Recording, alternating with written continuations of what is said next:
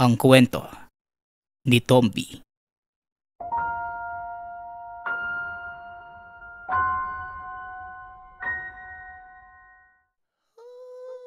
Ang kwentong ito ay mula sa isa nating tagapakinig. Naitago na lang natin sa pangalang Gino. Taong 1996, probinsya ng Capiz. Ano ang gagawin mo kung ang taong pinagkakatiwalaan mo ay siyang magdadala sa iyo sa panganib? Buwan ng Setyembre, bakasyon ng magkakaibigan na sila Gino, Gab at Ren. Nagkayayaan ang mga ito na magbakasyon sa probinsya ng isa sa kanilang kaklase na si David. Pare-parehas 21 anyos na ang magkakaibigan. Patapos na sa kolehiyo ang mga ito. Si Gino ay lumaki kasama si Lolo Remo na isang kilalang albularyo sa lugar. Samantalang si Gab at Ren naman, parehas anak ng negosyante. Nga pala mga pare, naghiya si David ah. Pesta sa kanilang baryo at sakto. Bakasyon kaya baka gusto nating sumama sa kanya. Wala naman daw tayong gagastusin eh. Libre niya ang lahat pati yung tutuluyan. Pati nga raw yung sasakyan eh. Wika ng kaibigang si Gab. Sa tingin mo ba papayag ang mga magulang natin? Lalo pa si Lolo. Mapamayiin pa naman yun. Tugon ni Gino. Nagtawa na naman si Ren at Gab sa sinabi ng kaibigan. Nagawa pang magbiro ni Ren kay Gino. Di tumakas ka. Bakit? Gusto mo ba maging boring ang bakasyon mo? Tanong ni Ren. Masama naman itong tinitigan ni Gino na para bang nagbabanta. Di pagpaalam niyo ako, baka sakaling pumayag si Lolo. Tugon ni Gino. Sige na nga, ako na ang bahala sa lolo mo. Hindi naman pwedeng wala ka. Hindi na buo ang tropahan natin yun. Wika ni Gab. Yun oh, basta kapag inabol ka ng latigo ng lolo ni Gino, huwag niyo ako idadamay ah. Dagdag ni Ren. Binatukan naman ito ng dalawa at sabay na sinamaan ng tingin. Matapos makapag-usap, kinakabahan na kinausap ni Gab ang lolo ng kaibigan. Basta mag-iingat kayo. Nasa tamang edad naman na kayo kaya may tiwala ako sa inyo. Basta ang mga biniling ko sa iyo apo, palagi mo yung susundin. Wika ni Lolo Remo. Nakulo, ako pa mismo ang magpapaalala kay Gino. Salamat po pala sa pagpayag ah. Tugon ni Gab. Tumango lamang si Lolo Remo at napangiti sa dalawa. Matapos mapapayag si Lolo Remo, kaagad naghanda ang magkakaibigan at nagpunta sa dormitoryo ng kaklaseng si David. Buti naman at pumayag ang mga magulang nyo. Panigurado, magsasaya kayo sa probinsya namin. Wika ni David. Di ba, bali-balita nga ang Capiz na pugaran ng mga aswang. Totoo ba yun? Tanong ni Ren. Natawa naman si David sa sinabi ng binata. Nako, naniniwala ka pala sa ganun. Akala ko sa inyo magkakaibigan eh. Si Gino lang ang magsasabi nun. Bali pala ako. Tugon ni David at natatawa pa ito. Pero totoo ba yun? Sabi naman sa akin ni Lolo, hindi naman daw porket Capiz gano'n na. Depende pa rin sa baryo. May sinabi pa nga siya sa akin kaso nakalimutan ko. Dagdag ni Gino. Kalimutan nyo na yung mga haka-haka na yon. Hindi naman totoo ang mga yun eh. Ano ba kayo? Wika ni David. Labis ang saya at pananabik na naramdaman ng magkakaibigan. Dahil sa dami ng nais nilang gawin pagkarating sa lugar. Yun ang unang beses na magkakaibigan na mamasyal sa malayong lugar. Kinabukasan, kanya-kanya ng bitbit sila Gino sa kanilang gamit. Sabay-sabay na sumakay ang apat sa pampasaherong bus. Ang tahimik naman ni Gino. May iniisip siguro to. Nasusuka ka no? Sa bus pa nga lang tayo nakasakay eh. Paano pa kaya kapag nasa eroplano na tayo? Naku, baka bumaligtad na ang sikmura mo. Nangaasar na wika ni Ren. Kaagad namang nagtawanan sila Gab at David dahil sa mga sinabi ng kaibigan. Napailing na lamang si Gino. Uy pare, hindi ah. Inaantok kasi ako eh. Kaya ako tahimik. Masama na bang tumahimik ngayon? Ikaw talaga ang labak ng pag-iisip mo. O baka ikaw ang nasusuka? Tugon ni Gino. Mas lalo namang natawa ang dalawa dahil sa sinabi nito. Natameme naman si Ren dahil nasupalpal ito ng kaibigan. Sus, ayaw pang aminin. Mamaya magkalat ka dito ha. Mabaho pa naman ang suka. Parang sigab.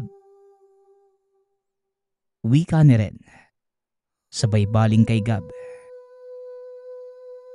Aba, nadamay pa ako sa kalokohan yung dalawa. Manahimik na nga kayo. At baka magkapikunan kayong dalawa. Kung ako sa inyo, magpahinga na muna kayo dahil malayo-layo pa ang biyahe natin. Pag-awat ni Gab sa dalawa. Kaagad namang natahimik ang magkakaibigan. Nagkanya-kanya na sila ng ginagawa. Tahimik si Gino habang nakatanaw sa labas ng bus para malibang ang sarili.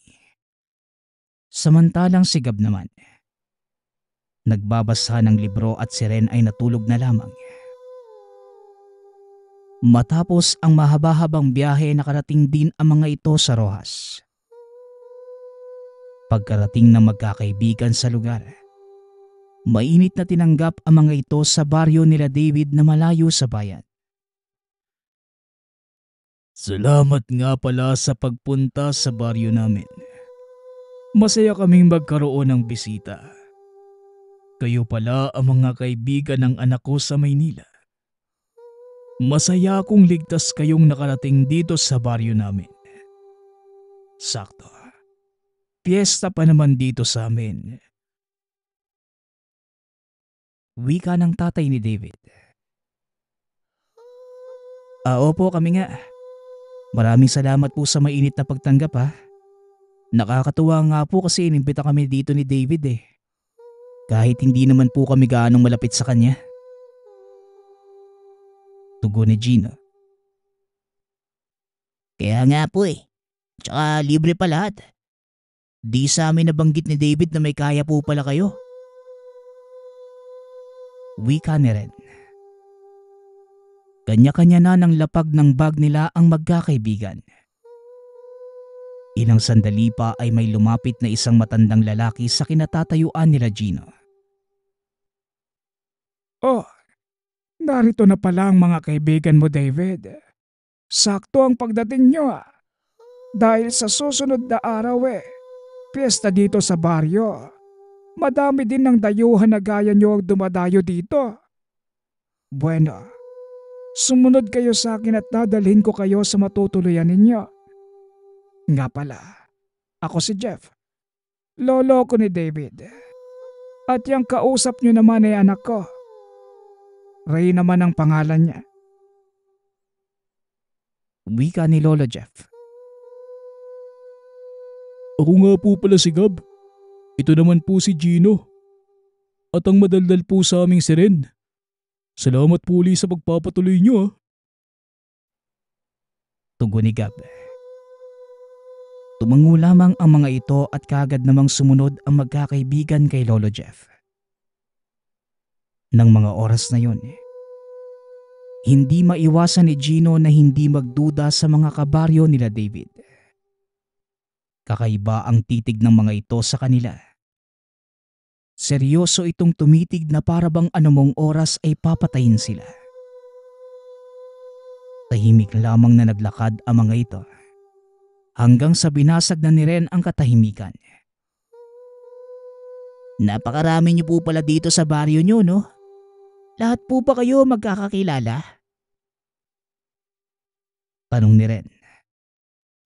Sumenyas naman ang dalawa nitong kaibigan na tila sinasabing wag nang magtanong pa si Ren. Ilang sandali pa, huminto na ang mga ito sa isang malaking kubo. Lahat ng nakatira dito sa baryo, kakilala namin at halos ay kamag-anak din namin. Yung iba namang nasa kubo, gaya nyo, mga taga Maynila na dumarayo dito sa aming baryo para makita ang magagandang tanawin at syempre, para makilahok sa piyesta. Paliwanag ni Lolo Jeff. Napatango na lamang ang magkakaibigan. Oh, yung iba po pala ay mga dayo din kagaya namin. Maganda naman kasi talaga dito sa baryo niyo, Lu. Sariwa ang simoy ng hangin, hindi gaya sa Maynila. Puro usok ng mga sasakyan na malalanghap mo. Wika ni Gab. Tama ka, iho. Madami-dami din ang dayo ngayong buwan dahil pesta dito sa aming baryo. Bueno, dito nga pala ang tutuluyan nyo.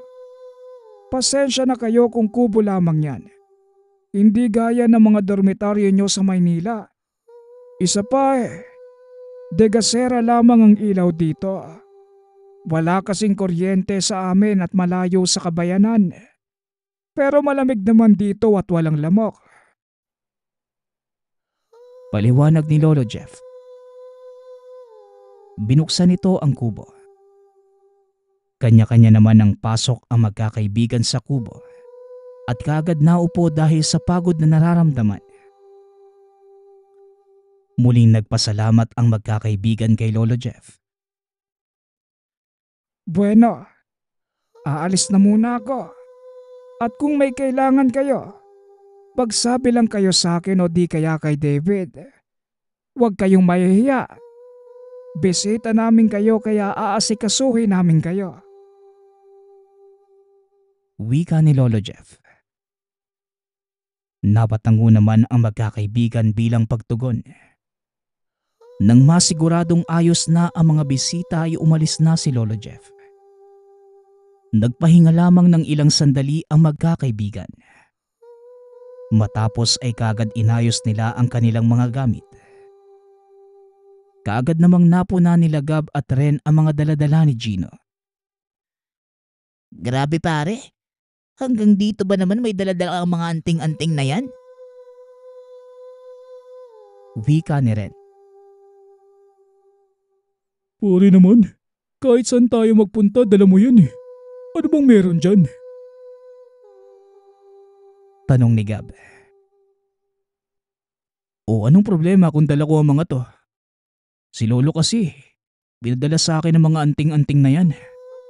Proteksyon daw sa masasamang elemento. Parang di nyo namang kilala si Lolo Remo . Napakaraming pamahiin nun. Sinusunod ko lang naman kaysa hindi ako makasama dito. Tugon ni Gino. Ang sabihin mo sadyang ganun lang ang lolo mo. Pero minsan, nakakatuwa nga si Lolo Remo dahil inaalala niya palagi ang kaligtasan mo. Wika ni Ren. Hindi mo naman masisisi si Gino . Alam naman natin na albularyo si Lolo Remo. Kaya ganun talaga.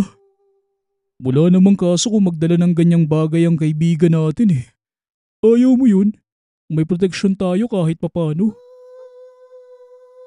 Dagdag ni Gab. Sa puntong yon, Hindi na lamang umimik si Gino sa mga sinabi ng mga kaibigan. Matapos ayusin ang kani-kanilang gamit, nagpahinga na ang mga ito dahil kapwa pagod na ang magkakaibigan. Kaagad ding nakatulog ang mga ito. Pagsapit ng gabi, tinawag ni David ang magkakaibigan para maghapunan. Kaagad namang sumunod ang mga ito. Ilang sandali habang kumakain ay bigla na lamang may lumapit na isang lalaki. Madungis ito. Maraming sugat sa katawan at nagwawala. Mga aswang kayo! Nasaan ang asawa at anak ko? Wala kayong awa. Siya na ba ang hapunan niyo? Sigaw ng lalaki. Nanlaki ang mga mata ng magkakaibigan nang marinig ang sinabi ng lalaki. Halos masuka na nila ang kinakain. Teka, sino yung lalaki na yun? Totoo po ba ang mga sinasabi niya? Nakakadiri naman. Wika ni Gab. Nailuwa pa nito ang kinakain at kagad namang nagpaliwanag si David. Nako, pasensya na kayo sa mga sinabi ng baliw na yun. Siya nga pala si Manggalo. Taga-kabilang baryo yan pero napadpad dito dahil hinahanap niya ang asawa at anak niya. Tapos kami ang pinagbibintangan niya kahit na wala naman siyang katibayan. Paliwanag ni David. Napatango lamang ang magkakaibigan pero hindi na tumuloy sa kanilang pagkain ang mga ito. Dahil sa mga sinabi ni Kalo. Matapos magabihan, muli nang bumalik sa kanilang kubo ang magkakaibigan at nag-usap-usap ang mga ito. Pare, wala ba kayo nakahalata? Pakiramdam ko may mali eh. Wika ni Gino. Nakuha nito ang atensyon nila Gab at Ren. Seryosong napatitig ang mga ito kay Gino. Sa tingin mo din ba? Akala ko, ako lang ang nakakapansin eh. Ikaw din pala. Tugon ni Gab. Habang seryoso ang dalawa, si Ren naman ay malakas na tumawa. Diyos ko naman, naniniwala talaga kayo doon sa baliw na yun? Di ba nga nagpaliwanag na sa atin si David? Hindi naman siguro nagsisinungaling si David, di ba? Wika ni Ren habang umiiling. Basta pare, iba talaga ang pakiramdam ko eh. Hindi ako magpapakampante. Tugon ni Gino. Kasabay ng sinabi ng binata ay kinuha niya ang Kristong Hari na binigay sa kanya ni Lolo Remo. Natulog na lamang ang mga ito matapos pag-usapan ang mga bagay na yon. Sa kalagitnaan ng mahimbing na tulog ng magkakaibigan, nakarinig ng sigaw si Gino mula sa labas ng kubo. Kaya kagad itong napabangon sa higaan. Kagad na kinutuban ng masama si Gino kaya lumabas ito sa kubong kanilang tinutuluyan. Dahan-dahang naglakad ang binata upang sundan ang tinig ngunit bigla na lang may humawak sa likuran. Napasigaw pa ng aswang si Gino dahil sa sobrang gulat. Natawa naman si David sa naging reaksyon nito. Aswang, pambihira ka naman pare. Mukha ba akong kumakain ng tao? Isa pa eh. Ating gabi na at bakit nandito ka pa sa labas? Delikado dito ng ganitong oras. Dahil may gumagalang mababangis na hayop dito sa baryo kapag 10 oras ng gabi. Hindi ka na dapat lumalabas eh. Tugon ni David. Umayos naman ang tayo si Gino at bahagyang napalayo si David. Nang mapansin ang suot na agimat ni Gino. Kaagad namang napansin ni Gino ang naging reaksyon ni David. Kaya mas lalong naghinala ang binata na aswang ang pamilya nito. Noon pa sa Maynila, Iba na ang pakiramdam ni Gino sa kaklaseng si David. Kakaiba ang kilos nito. Pero dahil mabuti ito sa kanila ay hindi niya pinansin ang mga napupuna sa binata. Hindi kasi ako makatulog kaya naisipan ko na magpahangin muna para antukin. Pagsisinungaling ni Gino. Ganun ba? Mas mabuting pumasok ka na sa kubo nyo.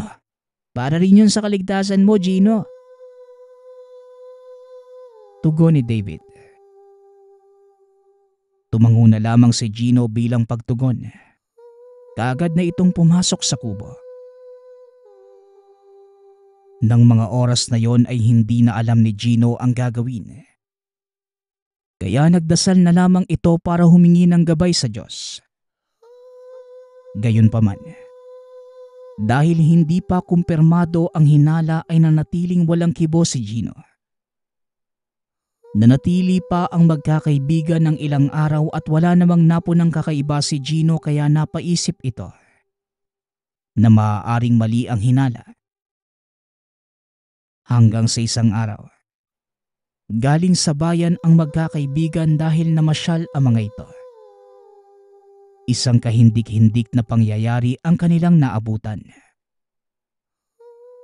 Pare, tignan niyo yung kumpulan ng mga tao. Ano kayang meron doon? Tanong ni Ren. Itinuro pa nito ang tumpukan ng mga tao. Kagad namang nakiusyoso sila Gino. At sa hindi inaasahang pangyayari, nagulat sila sa nakita at hindi napigilan na hindi masuka sa kanilang nakita. Ika, di ba si Mang Kaluyan? Bakit kaya ganun ang nangyari sa kanya? Tanong ni Gab. Muntikan pa itong masuka. Wakwak ang katawan ng lalaki. Durog ang bituka at halos lahat ng lamang loob nito ay wala na. Kinilabutan at natakot ang magkakaibigan. Kaya nagpasya na ang mga ito na umalis na sa lugar. Dahil sa sobrang pangamba. Kagad na kinausap ni Gino si David para magpahatid sana sa sakayan. Pasensya na kayo mga pare pero sila kasi yung tricycle ni Lolo eh. Bukas na lang kayo umuwi. Matatapos na din naman ang piyesta mamayang gabi. Tugon ni David. Sa puntong yon, iba na ang pakiramdam ni Gino na tila planado ang lahat. Tumango na lamang ang magkakaibigan ngunit pagsapit ng gabi, nag-usap-usap na ang mga ito. Mga pare, tatakas tayo dito kung ayaw niyo na magaya kay Mang Kalo. Wika ni Gino. Nagulat naman ang dalawa sa naging pasya ni Gino. Ano bang pinagsasabi mo pare? Antok lang yan. Kaya matulog ka na muna. Pamimiloso po ni Ren. Napakamot na lamang ng ulo si Gino dahil sa sagot ng kaibigan. Wala na tayong oras. Mamaya na magtatapos ang piyesta. Kapag hindi pa tayo umalis ngayon, tayo ang magiging handa sa piyesta ng mga aswang. Baling handaan ang napuntahan natin. Dapat sa umpisa pa lang hindi na tayo sumama. Muling wika ni Gino. Ano nang gagawin natin? Hindi pa man tapos sa sasabihin si Gab nang bigla silang makarinig na mga bulungan. Mukhang nakakatunog na ang isa sa mga kaklase mo, David. Kaya bago pa sila makahalata, patayin na natin sila. Wika ni Lolo Jeff.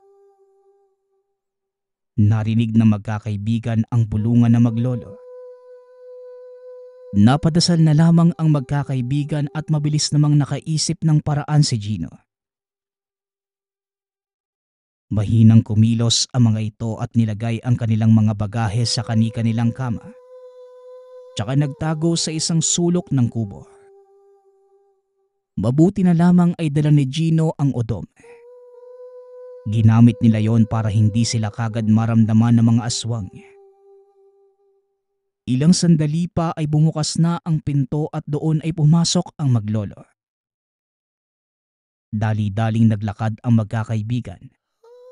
Magkakahawak kamay at handa nang umalis sa lugar na yon.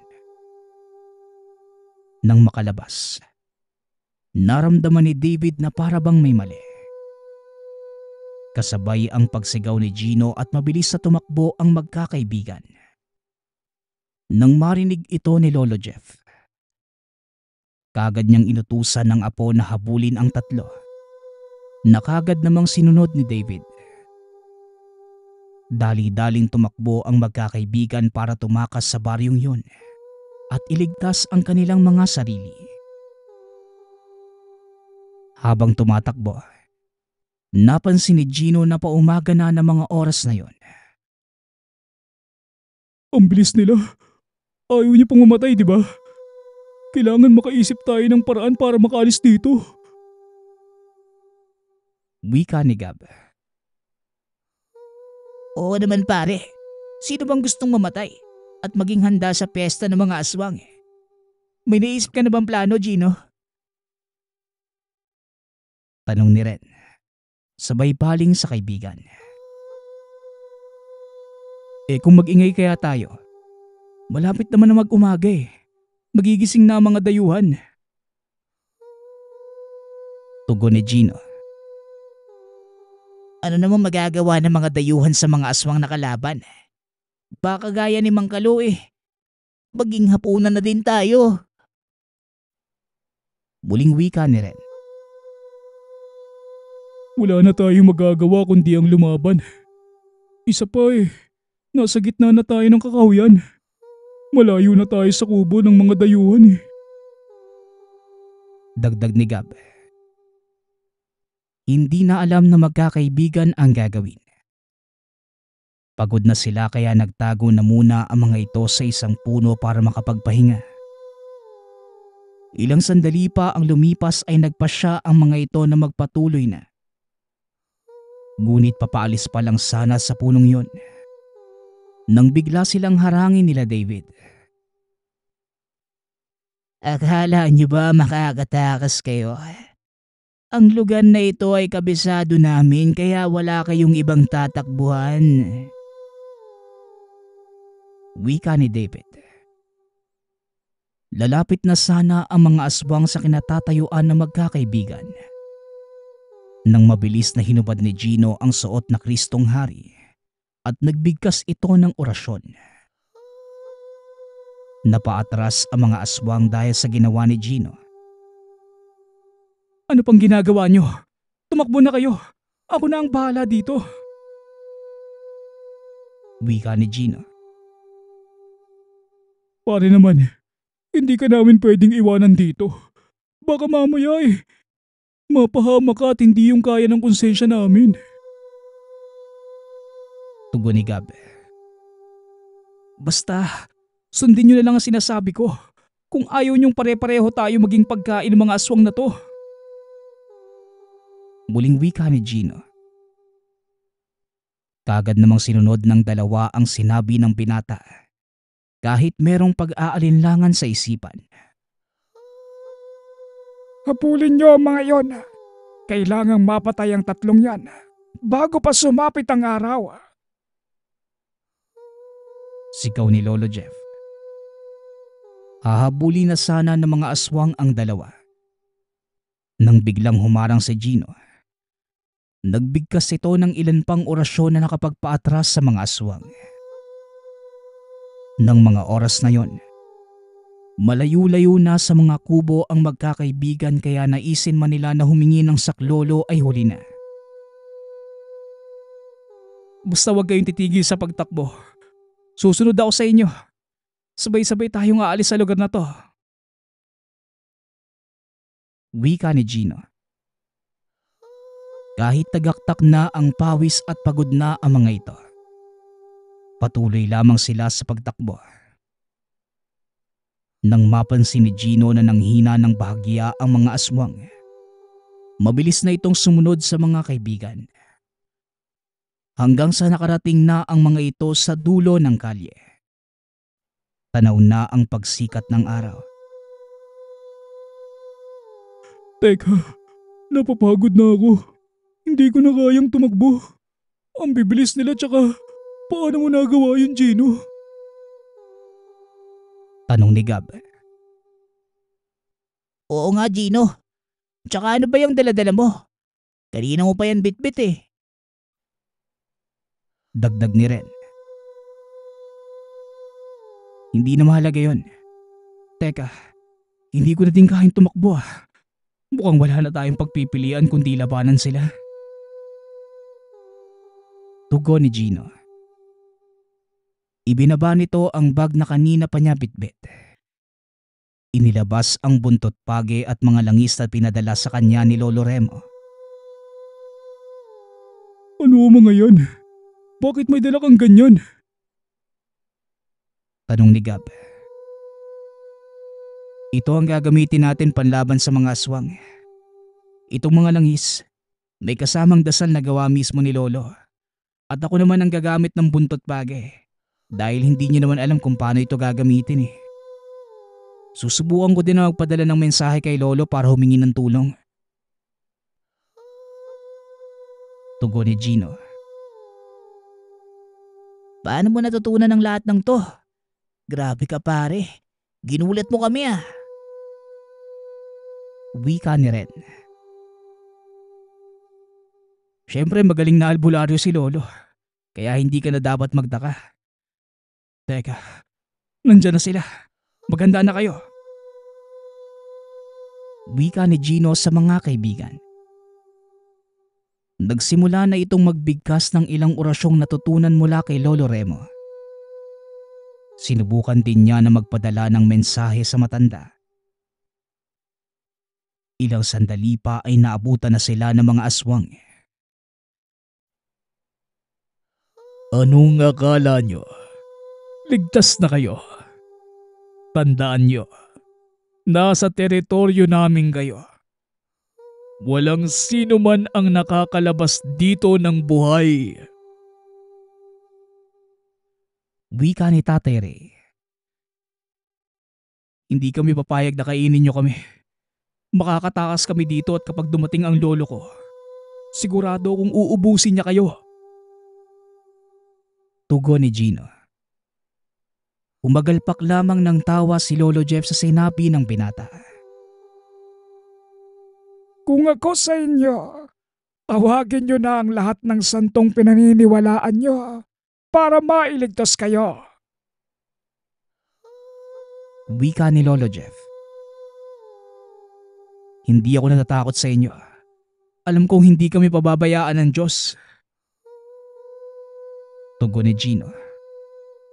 Matapang itong humarap sa mga aswang hawak ang buntot page at gamit ang Kristong Hari. Pinalibutan ang tatlong magkakaibigan na mga aswang. Tila uhaw sa dugo ang mga ito at anumang oras ay kakatayin na ang magkakaibigan. Nagsimula na si Gino na muling magbigkas ng mga orasyon. Ang hangin ay tila nakikisabay sa bawat salitang binibitawan. Nanlaki ang mga mata ng aswang nang iwas-iwas ni Gino ang buntot page sa harapan nila.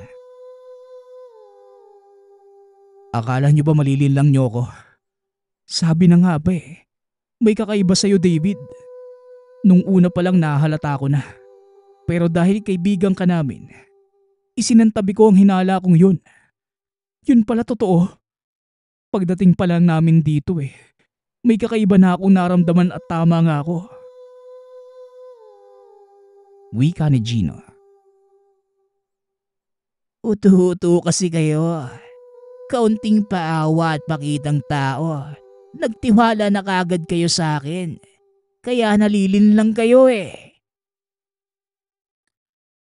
Tugon ni David. Mabilis na kumilos ang mga aswang at ganun din ang ginawa ng magkakaibigan. Kaagad binuhos nila Ren at Gab ang langis sa mga aswang na sumusugod sa kanila. Samantalang si Gino naman, ito ang nakikipaglaban sa mga aswang. Ano nang gagawin natin? Ang dami pala nila. Parang hindi sila nauubos. Wala na din laman ng langis na hawak namin. Wika ni Ren. Tumakbo na kayo. Ako nang bahala dito. Alam kong darating si Lolo. Wika ni Gino. Aalis pa lang ang dalawa nang biglang hinarangan ni Tatay Ray si Gab. Sinakal niya ito at hinagis sa isang puno. Gab, wala kang awa.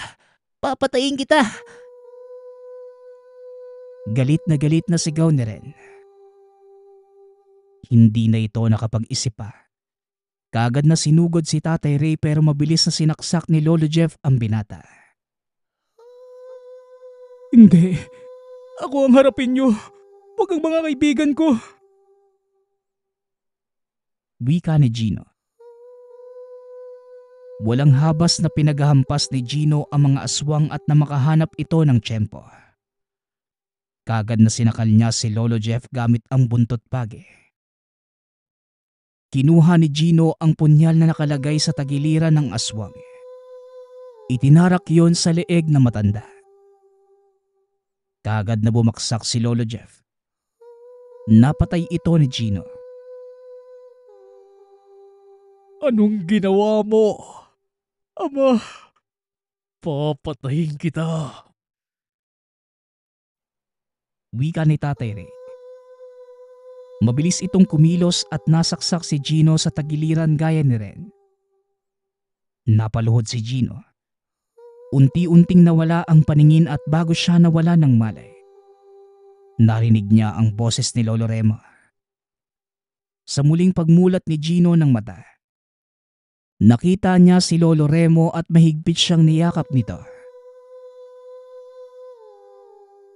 Mabuti na lamang nakarating sa akin ang paghingi mo ng saklolo. Sa tulong ng mutsyang pinangangalagaan ko, kaagad ko kayong nahanap. Huwag kang mag-alala po. Nagamot ko na ang mga kaibigan mo. Nakauwi na sila at inubos ko na ang mga aswang na gumawa nito sa inyo. Wika ni Lolo Remo. Nang dahil sa mga nangyari, natuto na ang magkakaibigan. Naging aral sa kanila ang mga karanasan na hindi lahat ng itinuturing mong kaibigan mabuti ang pakay sa'yo.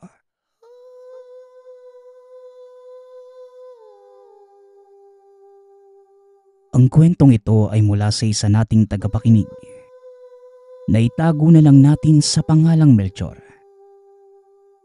Taong 1976, probinsya ng Iloilo.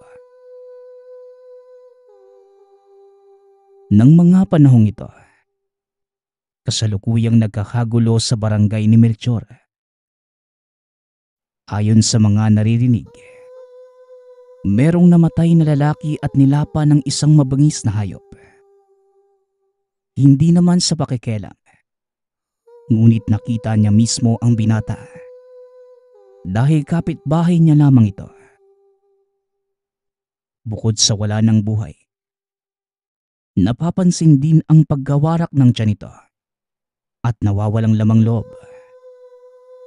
Kaya naman, maraming tao sa lugar ang nag-iisip sa tunay na sanhi ng pagkamatay ng binata. Ngunit kinakailangan na niyang umalis sa barangay dahil papasok pa ito sa trabaho. Hindi na narinig pa ni Melchor ang ibang kwento. Sa tahanan, ang tanging kasama na lamang ay ang ina at 7 taong gulang na bunsong kapatid. Dahil wala nang ibang aasahan na maghanap buhay, pumunta si Melchor sa kabilang barangay para magtrabaho bilang kargador. Madalas, 1 linggo bago muling makauwi dahil napakalayo ng lugar.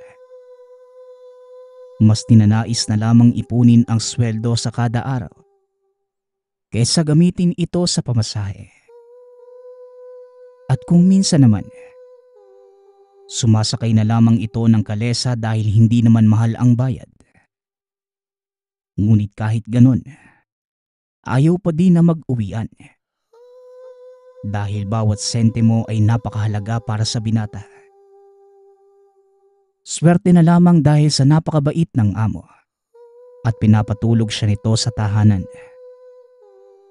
Kung sa pagkain naman, hindi rin problema si Melchor dahil meron na ding pagkaing binibigay ang amo. Isang araw, isa sa mga katrabaho ang uuwi malapit sa kanilang lugar. Nagpasya si Melchor na sumama dahil may dala itong sariling kalesa at makakatipid din sa ibabayad. Hindi naman tumanggi ang katrabaho kaya maayos na nakauwi ang binata. Pagkarating sa tahanan, imbis ng ngiti ng ina ang sumulubong sa kanya, malungkot na lamang ito nang masabi sa kanya na may sakit ang kapatid. Nagmamadali naman niyang pinuntahan at nang mahawakan ang katawan, nabigla ang binata dahil sobrang init nito. Kaya naman, kahit 8:00 na ng gabi ng mga oras na yon, nagpasya si Melchor na pumunta ng bundok para kumuha ng mga halamang gamot na mapapainom sa bata. Bata pa lamang si Melchor, talagang mapagmahal na ito sa kapatid. Kaya hindi maaatim ng konsensya na walang magawa tuwing nagkakasakit ito. Hindi rin naman tumutol ang ina dahil talagang inaapoy na ng lagnat ang bunsong anak. Nang makarating sa bundok, habang naglalakad si Melchor ay nakaramdam siya ng kilabot. May narinig itong ungol ng napakalaking aso. Dahan-dahan lang sa paglalakad ang binata. Sa pag-aakalang sa paraang yon ay hindi siya naririnig ng mga ito. Ngunit nang akmang malapit na sana sa halamang hinahanap, nanlaki ang mga mata ni Melchor nang tumambad sa kanya ang napakalaking aso. Ayon sa binata, hindi ito ordinaryo dahil mas malaki ang hayop kesa sa dating nakikita. Dahil sa kabang naramdaman, kumuha ito ng kaperasong kahoy para ipanglaban kung sakaling aatakihin siya ng nilalang. Dahan-dahang umatras ang binata at sa kasamaang palad, nakaapak ito ng isang malaking bato dahilan para matumba siya. Kasabay nun, biglang umungol ang nilalang na nasa harapan. Kitang-kita ng dalawang mata ang biglaang paghaba ng mga balahibo nito na maihahalin tulad sa baging. Kaya kumaripas na ng takbo si Melchor. Ngunit habang patuloy sa pagtakbo, nararamdaman ng binata ang mga balahibo na tila pilit siyang inaabot.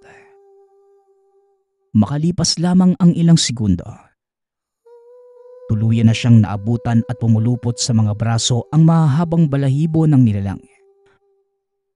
Patuloy lamang sa pagtanggal nito si Melchor. Ngunit dahil hindi basta maalis ang nasa braso, wala nang ibang nagawa pa si Melchor kundi tumakbo ng mabilis sa abot ng makakaya para makalabas ng gubat. Nang maaninag na ang ilaw malapit sa tahanan, bigla na lamang nawala ang mga balahibong nakapulupot.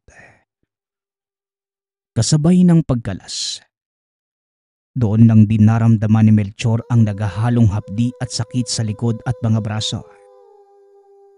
Hindi na ito huminto pa at diretso nang umuwi ng tahanan dahil sa hindi na kinakaya ang hapdi.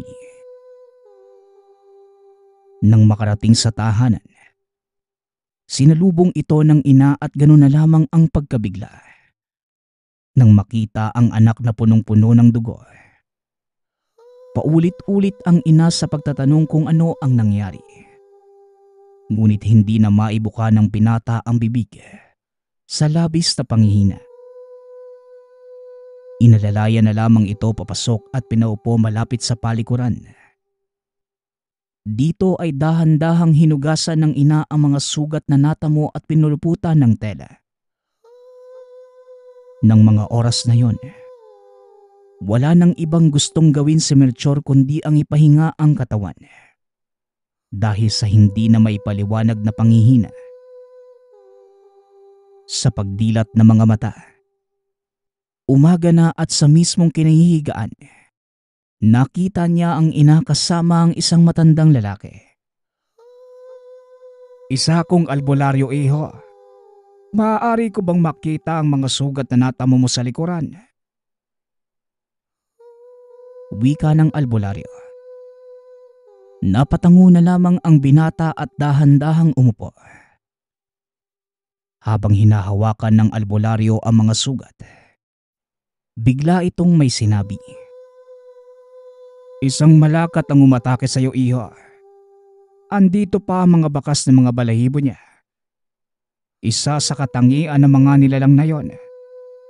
Kaya nilang pahabain at iutos sa balahibo na atakihin ng sino mang gustong biktimahin. Kagaya sa'yo, wala ka ng kawala sa kanila. Maaamoy at maaamoy ka. At anumang oras, pwede kang atakihin hanggang sa mamatay. Kaya kailangan nating maunahan ng mapaminsalang malakat na yon." Wika ng albularyo. Hindi na nakapagsalita pa ang binata. Samantalang ang albularyo naman, nagsabing babalik ito mamayang hapon para isama si Melchor sa gubat. Matapos yun ay umuwi na ito. Pagkaalis ng matanda, walang ibang maitanong ang binata sa ina, kundi kamusta na ang lagay ng bunsong kapatid. Tumugon naman ito na wag nang mag-alala dahil nauna nang nagamot ng albularyo ang kapatid. At kinakailangan na lamang na makapagpahinga. Matapos ang kaunti pang pag-uusap, nagyaya na itong kumain ng almusal. Sa maghapon ay walang ibang ginawa si Melchor kundi ang magpahinga. Dahil kinakailangan niya ng lakas pagsapit ng dilim. Bandang 4:00 ng hapon, bumalik na ang albularyo sa tahanan. Halos pinaliguan si Melchor ng napakasangsang na langis. Dahil ito ang pangontra sa mga malakat. Bago pa man makalis, nag-abiso na ang matanda na magdala ng lubid. Nang maihanda na ang lahat ng kakailanganin, nagsimula ng maglakad ang dalawa. Halos 1 oras ang nakalipas bago sila nakarating sa bundok. Bigla namang kinabahan si Melchor at muling naalala ang mga nangyari kagabi. Kaya naman, habang naglalakad ay mas lumapit pa ito sa matanda. Sa kanilang paglilibot, sinabi ng albularyo na nararamdaman na niya ang malakat sa paligid. Dagdag pa ng matanda, kailangan nilang malaman kung saan nagtatago ang mga ito. Ngunit hindi nagtagal. Nakita na ito ng albularyo. Nagpalipas muna sila ng oras hanggang sa sumapit ang 6:30. Gumawa na ng ingay ang manggagamot dahilan para magsilabasan ang mga malakat. Nanginginig na si Melchor sa sobrang takot. "Huminahon ka, Melchor. Kailangan natin na matinding konsentrasyon sa pagtutugis na ginagawa natin. Huwag kang mag-alala. Ako naman ang gagawa ng lahat. Ang kailangan ko lang, ihagis mo sa malakat ang lubig na hawak mo. Sa oras na sinabi ko." Bili ng albularyo. Kaagad namang sumang-ayon si Melchor. Sa pagpapatuloy ng pag-iingay ng matanda, walang humpay rin naman sa kakaungol ang mga nilalang. Ilang minuto pa ang nakalipas ay lumabas na ang napakalaking kauri nito. na tila ito ang pinuno ng lahat. Bigla yung tumakbo papalapit sa manggagamot. Ganun na lamang ang pagkamangha ni Melchor nang unti-unting nawawala ng direksyon ang malakat. Hindi na nakakakita at nakakahinga. Lahat ng sinasabi na matanda ay nangyari. Nang marinig ni Melchor mula sa matanda na ihagis na ang lubid, ginawa naman ito ng binata at kusang pumilipit sa katawan ng malakat. Wala pang 10 minuto, tuluyan na itong natumba. Kasabay nun ay natapos na din ang ungol ng iba pang nilalang at lahat ay nagmamadaling tumakbo papalayo. Tapos na, Melchor. Sa wakas, nawala na rin ang mga salot. Salamat, Melchor, sa pagiging matapang. Wika ng albularyo.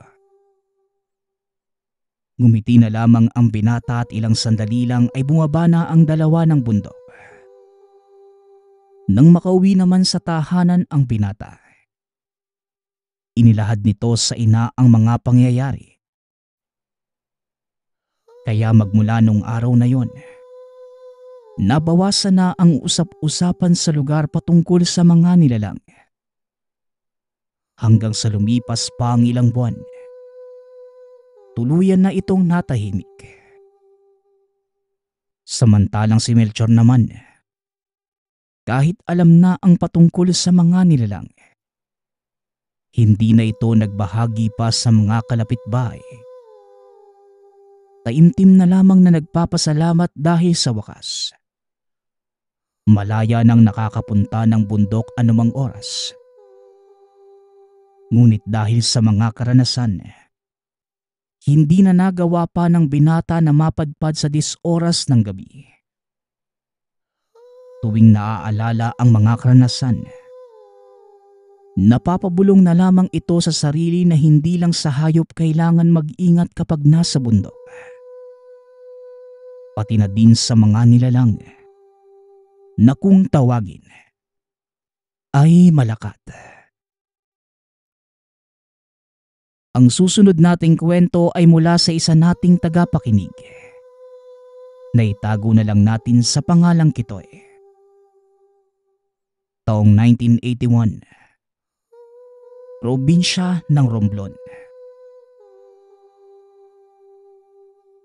Nag-iisang buwan pa lamang ang nakalipas magmula nang manirahan sa isang baryo sa Romblon si Kitoy.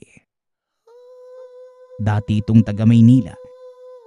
Ngunit dahil sa naghiwalay na sila ng asawa, napilitan siyang lumipat ng lugar para makalimot sa lahat ng sakit na pinagdadaanan. Sa iilang araw pa lamang na pananatili sa lugar, naging maayos naman ang lahat dahil maganda ang bundok na napiling pagtayuan ng tahanan. Bilang lang sa daliri ang mga nakatira, kaya naman payapa talaga ang lugar. Sa sobrang mapagmalasakit na mga tao, may mga nag-alok rin kay Kitoy na sumama sa pagkokopra para magkaroon ng pagkakakitaan. Hindi naman tumanggi pa si Kitoy, dahil malaking tulong ito lalo pat kakasimula pa lamang sa lugar. Malawak ang sakahan na kanilang pinagtatrabahuhan. Sagana sa puno ng niyog, kaya masasabing napakadami ng koprang niluluto ni Kitoy. At sa katunayan, halos 10 ang nagtutulong-tulong. Ayon sa ibang kasamahan ni Kitoy, napakayaman talaga ng may-ari at may busilak na puso. Sa 2 beses na pagtatrabaho dito, hindi pa rin niya nakikita ang sinasabing amo.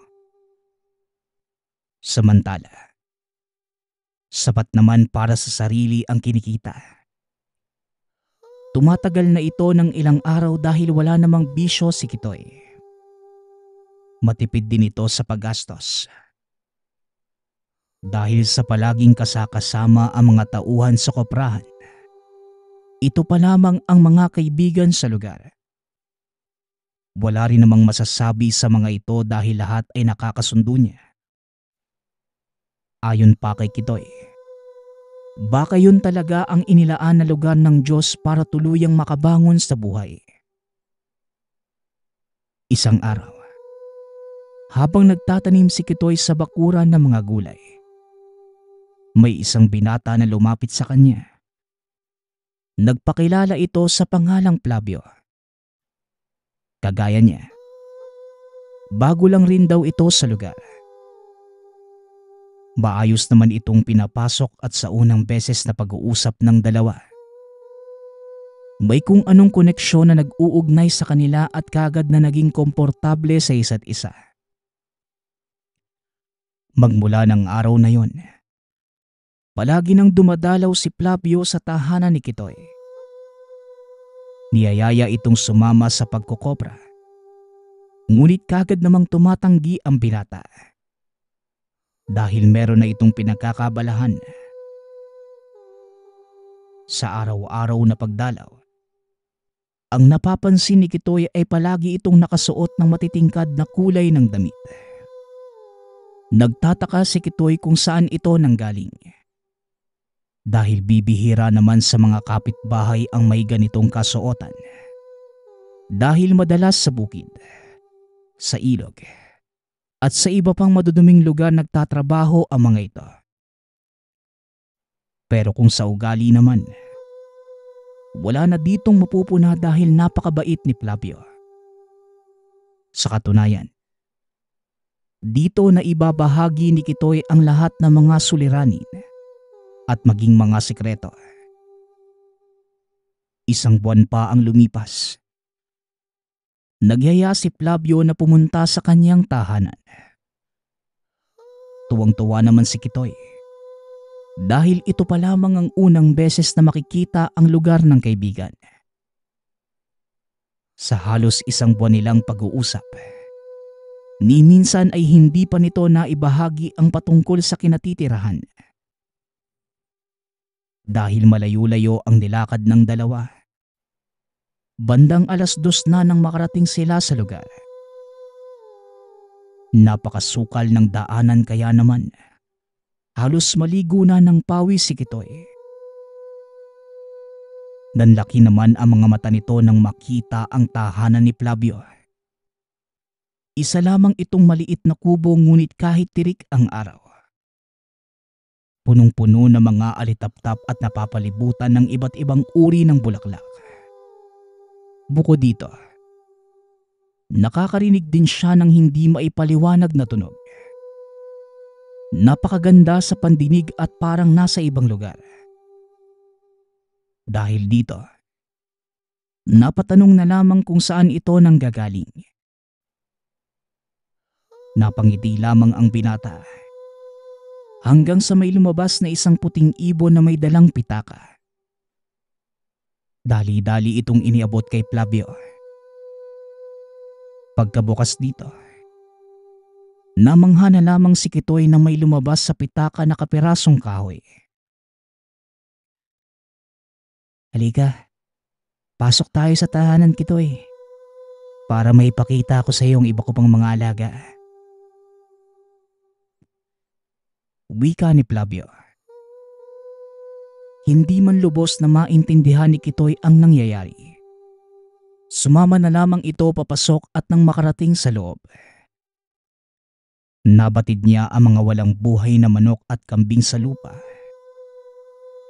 Nang akmang magtatanong na sana, pagtutok ng dalang kapirasong kahoy ng binata sa isa sa mga manok, bigla na lamang itong tumilaok at nabuhay. Alam kong mahirap paniwalaan ang nakita mo, pero dahil nandito ka na sa aking lugar, lubos ako nagtitiwala sa iyo, Kitoy. Nais kong malaman mo na isa akong nilalang na kung tawagin ay Anani. Isa akong duwende. Pero hindi na ako magpapalit anyo pa sa ngayon. Dahil baka hindi mo na makayanan pa ang mga nangyayari eh. Huwag kang mag-alala. Dahil hindi naman ako masama. Sa totoo lang, Ikaw pa lang ang unang pinagkatiwalaan ko sa mundo ko kaya sana huwag mo akong biguin. Pagpapaliwanag ni Flavio. Dahil dito, hindi naman nakaimik pa si Kitoy. Dahil na rin sa sobrang pagkalito sa mga nagaganap. Hinayaan muna ito ni Flavio. Naging abala na ito sa isa-isang pagbuhay sa mga hayop na nasa kubo. Samantalang si Kitoy naman, patuloy lamang nagmamasid sa ginagawa ng kaibigan. Nang maging maayos na kahit papano ang pag-iisip ni Kitoy. Dito niya naitanong ang iba pang gustong malaman patungkol kay Flavio. Lahat naman ng mga katanungan ay nasagot ng kaibigan. Doon pa lamang napanatag ang loob ni Kitoy. Magmula ng araw na yon, dahil sa mga nasaksihan at binahagi ni Flavio ay mas lalong lumalim ang pagkakaibigan ng dalawa. Hanggang sa sumapit ang isang araw na nakapagpabago sa buhay ni Kitoy. 6:00 ng gabi. Matapos makapaghapunan ay may iniabot na pitaka si Flavio sa kaibigan. Pagkakuha ni Kitoy ay napansin niyang parehong-pareho ito sa pitaka ng kaibigan. Kaya naman napatanong siya kung ano ang gagawin dito. Ang pitakang yan, may kapangyarihang pareho sa nakita mo sa akin. Yan ang gantimpala ko sa iyo, Kitoy. Dahil naging isa kang mabuting kaibigan. Pero ang tanging hinihiling ko lang sa iyo, bukas makalawa, pagsapit ng 6:00 ng gabi, pumunta ka sana sa tahanan ko at mag-alay ng ulo ng isang kalabaw na nakapatong sa dahon ng saging. At kung maaari, dalhan mo rin ako ng isang bote ng alak. Wika ni Flavio. Hindi man mabatid ni Kitoy ang dapat na gawin sa binigay na pitaka. Ngunit napatango na lamang ito sa kaibigan at sumang-ayon sa alay na dadalhin. Matapos na makapagsalita ni Flavio, umuwi na ito habang si Kitoy naman. Walang humpay sa pagtitig sa pitakang natanggap. Nang subukang buksan ay kagaya sa kaibigan. Meron din itong kaperasong kahoy. Dahil sa hindi malaman kung anong paggagamitan nito, itinago na lang muna niya ang pitaka. At nagpahinga dahil kailangang magising ng maaga para maghanap ng pag-alagalang kalabaw. Kaya nang sumunod na araw, 4:00 pa lamang ay gising na si Kitoy. Wala pa mang laman ang tiyan ay diretso na itong lumabas para magsimula sa paghahanap. Ngunit bibihira na sa lugar ang gumagalang kalabaw. Dahil karamihan sa mga ito ay meron ng nagmamay-ari. Inabot si Kitoy ng 12:00 ng tanghali bago pa man tuluyang makahuli. Matyaga niyang nilinis ang nakuhang ulo. At bago pa man bumalik sa tahanan ay kumuha na rin ito ng malapad na dahon ng saging. Hindi rin naman nag-abala pang bumili ng alak dahil may nakatago pa naman ito sa tahanan. Yun na lamang ang gagamitin. Sa mga natitirang oras, bago mag-6:00 ay naging abala naman si Kitoy sa pagdiskubre ng pitaka. Pagsapit ng 5:30, nasa harap na ito ng tahanan ni Flavio. Inilatag na ang lahat ng alay. Dahil wala namang ibang bilin ang kaibigan, naupo na lamang ito sa tabi at nag-antay ng tamang oras. Eksaktong 6:00 ng gabi, lumabas na ng tahanan si Flavio. Ngunit hindi na ito si Flavio na mukhang binata. Bagkus, nasaan yung duwende? Nakilala na lamang ito ni Kitoy dahil sa kasuotan na parehong-pareho sa kaibigan. Hindi na rin lumapit pa at naupo na lamang sa isang tabi. habang pinagmamasdan si Flavio na abala sa pagkain ng ulo ng kalabaw. Paunti-unti na rin itong iniinom ang alak na kasama. Kaya napatitig na lamang dito si Kitoy. Kahit nasusuka sa nakikitang pagkain sa hindi lutong ulo ng kalabaw. Pilit na lamang itong iniintindi. Dahil yun talaga ang totoong uri ng kaibigan. Makailang minuto pa ang lumipas. Nagpa siya nang umuwi si Kitoy. Pagkarating sa tahanan, hindi na niya pinagtuunan ng oras ang pag-iisip kay Flavio. Itinatak na lamang sa isipan na hindi talaga lahat ng nakatira sa mundo ay tao. Sa paglipas pa ng mga araw, hindi na muli pang bumalik si Flavio kay Kitoy. Nang puntahan naman ito sa tahanan ay nawala na ang mismong bahay ng kaibigan sa lugar. Wala na itong ibang nagawa pa kundi paniwalaan na baka lumipat na ito ng tahanan. Samantala, paunti-unti na rin nadidiskubre ni Kitoy ang ibig sabihin ng binigay na pitaka. Walang iba kundi ang makapanggamot. Dahil isang beses ay napatunayan niya ito sa isang batang may sakit.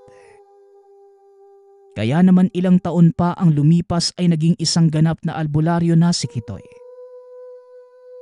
Ayon dito, baka hulog talaga ng langit ang kaibigang si Flavio. Dahil ito ang naging tulay para makatulong siya sa mga nangangailangan. Magpasa hanggang ngayon na matanda na si Kitoy. Patuloy pa rin niyang binabahagi sa mga pasyente ang minsang nagkaroon ng pitaka ng duwende.